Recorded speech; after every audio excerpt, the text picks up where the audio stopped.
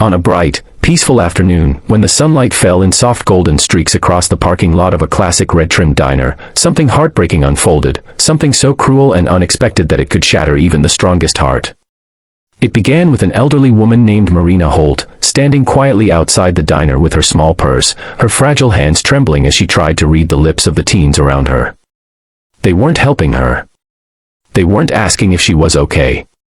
Instead, they were filming her, mocking her, circling around her like predators who found amusement in someone else's pain. And in that moment, the world felt painfully unfair. Before we go deeper into this story, if you believe in kindness, compassion, and second chances, please like, comment, share, and subscribe to Kindness Corner, because stories like these deserve to be heard. Marina had come to the diner alone that day, as she usually did. She was 83, gentle, soft-spoken, and completely deaf after an illness took her hearing years ago. She lived alone in a small apartment filled with old photographs and quiet memories. Every afternoon she visited the same diner, not because she loved the food, but because she loved watching life move around her, the laughter, the families, the little moments she could still feel even if she couldn't hear them. It made her feel less alone. But on this particular day, the laughter wasn't warm. It wasn't kind. The teens who approached her, led by a boy named Troy Maddox, the kind who bragged loudly but carried little inside, were looking for entertainment. They started recording her on their phones, exaggerating their lip movements so she would misunderstand, clapping behind her head to see if she would react, snatching her napkin, pretending she dropped things she never had. Marina could read their faces enough to see the mockery, but she couldn't understand the words. They might as well have been knives carved from silence. She tried to ask for space.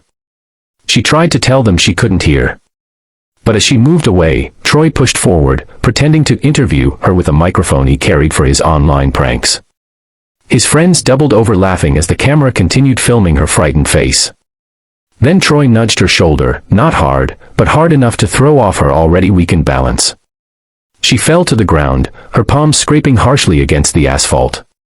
The burger she had bought for herself rolled away, untouched. She reached for it with trembling fingers, trying to hold onto something familiar, something stable, while her eyes filled not with tears, but with a deep, aching grief that lived in the silence around her.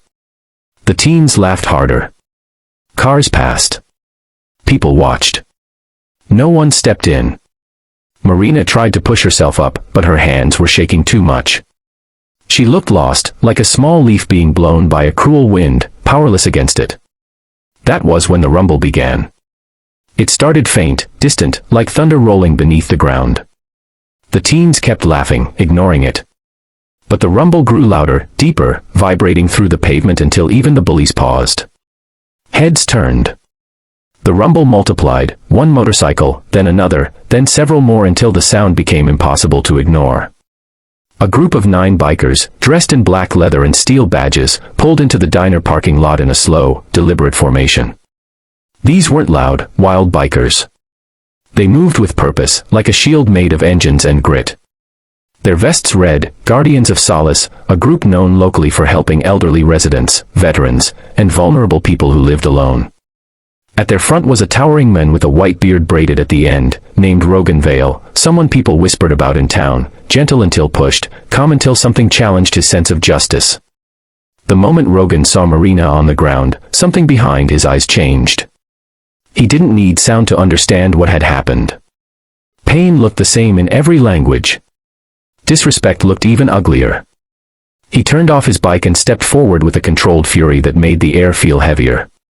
His boots punched softly against the asphalt as he walked, his shadow falling over Troy and the others like a warning carved from sunlight. The rest of the bikers fanned out behind him, forming a half-circle between Marina and the teens. Troy tried to speak, tried to laugh it off, but his voice cracked.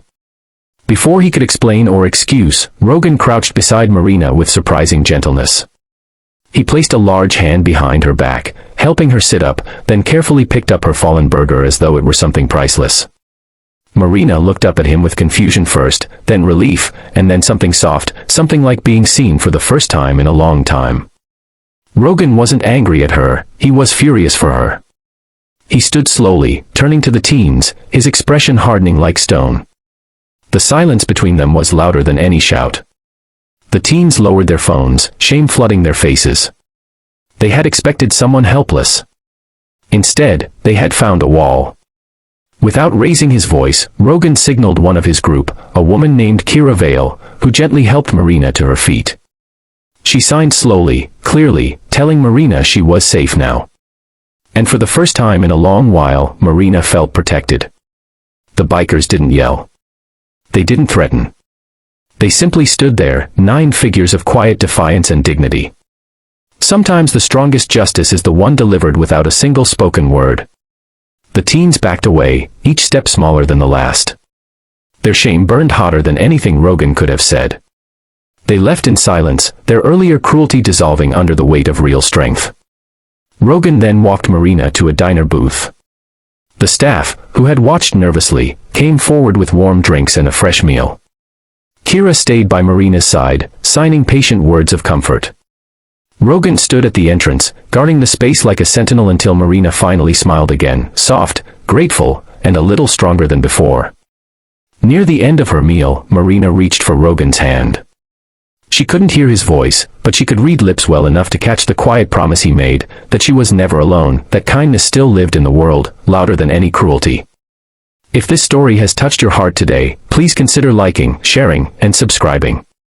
Stories like this remind us that even in daylight, even in busy places, humanity can choose to shine. Before we end, please take a moment to comment below something kind you would want someone elderly or vulnerable to hear today. It might mean more than you think. And so, on that bright afternoon where cruelty tried to win, 9 bikers with brave hearts turned the tide, proving once again that kindness, when it arrives, can change everything.